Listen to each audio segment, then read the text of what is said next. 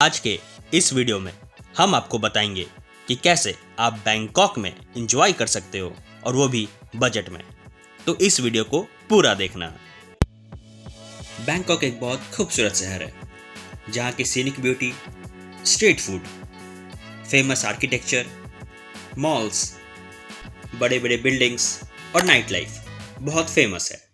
Bangkok की airport का नाम है सुवर्ण भूमि। ऐसे तो बैंकॉक के लिए आपको फ़्लाइट्स इंडिया के कई कोनों से मिल जाएगी, पर सबसे चीप और बेस्ट फ़्लाइट्स आपको मिलेगी कोलकाता से।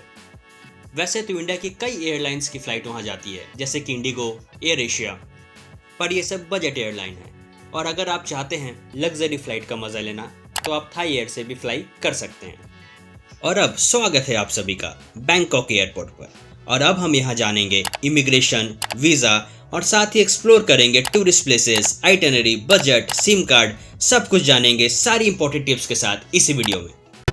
मैं आपको बता दूं कि अब इंडियंस के लिए यहाँ वीज़ा ऑन अराइवल है और वीज़ा की कोई फ़ी भी नहीं लगती। इसी कारण यहाँ का इमिग्रेशन बहुत स्मूथ हो चुका है।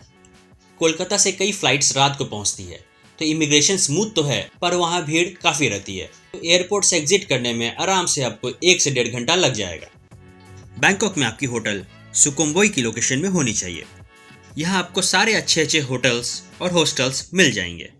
हम रुके थे रेम्ब्रांट होटल में और ये सुकुम्बोई के बीचों बीच में था और यहाँ से नज़ारा काफ़ी अच्छा था।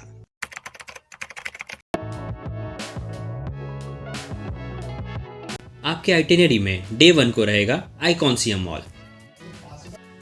बैंकॉक का आइकॉनसियम मॉल एक कमाल का शॉपिंग कॉम्प्लेक्स और एंटरटेनमेंट डेस्टिनेशन है। यहाँ पर आपको इंटरनेशनल ब्रांड्स, शानदार रेस्टोरेंट्स, रूफटॉप एरिया और लोकल कल्चर देखने को मिलता है। ये पूरी मॉल छाओ फ्राया नदी के किनारे स्थित है, इसलिए इस मॉल को छाओ फ्राया मॉल भी कहा जाता है। अगर बैंकॉक में आप कहीं लग्जरी शॉपिंग करना चाहते हो तो आपको आइकॉनसियम मॉल जरूर जाना चाहिए। और साथ ही साथ आइकॉनसियम मॉल एंटर करने के टाइम आपको काफ़ी सारे थाई क्यूजीन देखने को मिलते हैं, जो लोकल स्ट्रीट फूड्स होते हैं देखने को मिलते हैं।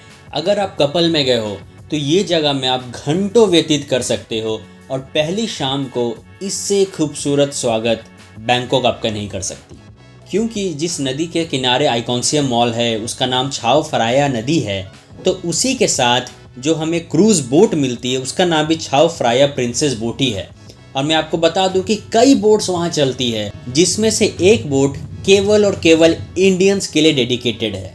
इसका मतलब है कि इतने इंडियन टूरिस्ट हमेशा वहाँ जाते हैं कि हर शाम एक कंप्लीट बोट इंडियंस के लिए डेडिकेटेड है, जिसका नाम है छाओ फ्राया प्रिंसेस क्रूज़।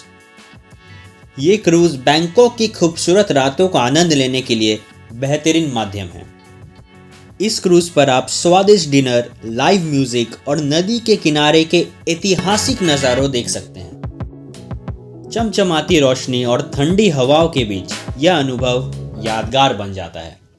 आइकॉनसियम मॉल की जो टिकट्स होती हैं या फिर जो आपकी पैकेजेस होती हैं, उसमें आपका नाइट का डिनर इंक्लूड रहता है, ये पूरी क्रूज़ भी इंक्लूड रहती है। तो जब भी आप आइकॉनसियम मॉल के टिकट परचेज़ करेंगे तो ये क्रूज़ आपको उसके साथ कॉम्प्लीमेंट्री मिलेगा। और इस क्रूज़ के साथ ही साथ नदी के किनारे जितने भी आर्किटेक्चरल डिज़ाइन हैं सब आप देख सकते हैं। लगभग 1 घंटे की खूबसूरत राइड व्यतीत करने के बाद यह क्रूज़ आपको उसी जगह छोड़ देगी जहां से आप इस क्रूज़ में बैठे थे।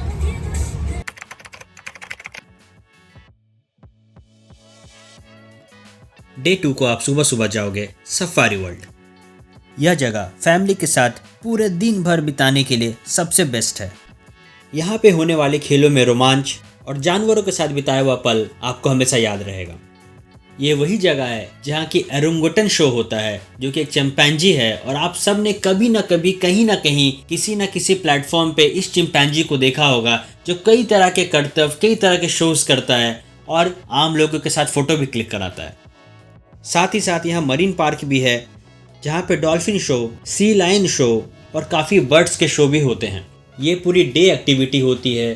तो याद रखें कि अगर आप सफारी वर्ल्ड जा रहे हैं तो सुबह से शाम तक यहाँ ओपन में लायंस, टाइगर्स, लेपर्ड्स और इस तरह के काफ़ी एनिमल्स हैं, जिनके बीच अगर आप चाहें तो अपनी गाड़ी से भी, जिससे आप सफारी वर्ल्ड पहुँचे हैं, या फिर वहाँ केज वाली गाड़ी बुक करके भी जा सकते हैं।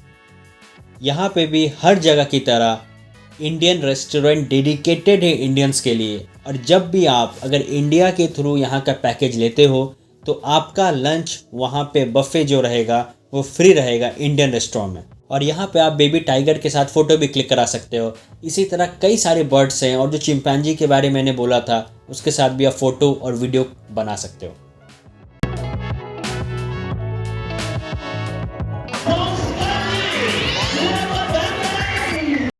ये है सफारी वर्ल्ड का नंबर 1 शो, डॉल्फिन शो। और ये शो देखने के लिए आप देख सकते हैं कि कितना क्राउड है ये स्टेडियम में।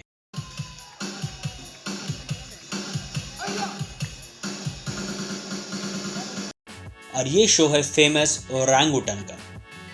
ये बोर्ड में आप टाइमिंग देख सकते हो कि किस समय कौन सा शो सफारी वर्ल्ड में होता है। इसे पॉज करके आप देख ले और उस समय खुद से वो शो के लिए पहुंच जाए। यहाँ पे हर समय कोई ना कोई शो होते रहता है। ऐसा भी होता है कि कोई एक पर्टिकुलर टाइम में 2 शोज चल रहे हैं, तो इसलिए आपको ये जानना ज़रूरी है कि कौन सी शो आपको देखनी ज़्यादा ज़रूरी है। ये यहाँ का फेमस शो है फायर शो। इसमें थाईलैंड के ट्रेडिशन की फाइट्स दिखाई जाती है जो कि पहले हुआ करती थी, और अभी उसी को यहाँ पोर्ट्रे करके बहुत खूबसूरती के साथ दिखाया जाता है। अपने पूरे डे की ट्रिप ख़त्म करने के बाद आप जाओगे अपने होटल की तरफ। बैंकॉक का ट्रैफिक बहुत ज़्यादा है। बैंकॉक में आपको कई जगह लोकल फूड्स, सी फूड्स देखने को मिलेगा, और आप वहाँ का फूड्स ज़रूर ट्राई करें अगर आप नॉनवेज खाते हैं। और वहाँ पे काफ़ी जगह फ्रेश फ्रूट्स भी कटती हैं, तो अगर आप वेजिटेरियन हैं तो वहाँ की फ्रेश फ्रूट बहुत कुछ होता है, वो आप ज़रूर ट्राई करें। डे 2 को रात में आप निकल पड़ो सड़कों पे और बैंकॉक के लंबे लंबे बिल्डिंग्स और उसकी ब्यूटी को देखो। आप बैंकॉक में कहीं भी चले जाइए, आपको लंबे लंबे बिल्डिंग्स देखने को मिलेंगे, कई सारे फूड स्टॉल्स देखने को मिलेंगे, रेस्टोरेंट देखने को मिलेंगे, अलग अलग जगह से आए लोग देखने को मिलेंगे। और हाँ, जिस लिए बहुत लोग वहाँ जाते हैं मसाजेस कराने, तो आप डे 2 को वहाँ जाके इवनिंग में मसाज करा सकते हो, क्योंकि इसके बाद शायद ही आपको किसी दिन टाइम मिले। डे 3 होता है बैंकॉक सिटी टूर। इस दिन आप बैंकॉक के पुराने और फेमस आर्किटेक्चर को देखते हो, बैंकॉक सिटी को विजिट करते हो, आपको स्ट्रीट्स लेके जाया जाता है और लोकल कल्चर को आप महसूस कर सकते हो। यहाँ के जो टेम्पल्स होते हैं उनकी क्या रिचुअल्स है, वहाँ के लोग किस तरह की मान्यता मानते हैं, ये सब आपको डे 3 में पता चलता है। साथ ही साथ अगर आप चाहे तो डे 3 को हाफ करके जो सेकेंड हाफ है उसमें आप वहाँ के आप सी एक्वेरियम देखने जा सकते हो, या फिर आप शॉपिंग करने जा सकते हो। वहाँ कई तरह के मॉल्स भी हैं। और डे 3 के इवनिंग को आप होटल जाओगे, और डे 4 को आपकी फ़्लाइट होगी। या तो कुछ लोग वहाँ से पटाया जाते हैं वाया रोड, या फिर अगर आप कपल हो और कपल्स ज़्यादा एंजॉय करते हैं कराबी या फुकेट में, तो कराबी या फुकेट जाने के लिए आपके पास जो ऑप्शन है वो फ़्लाइट की है। तो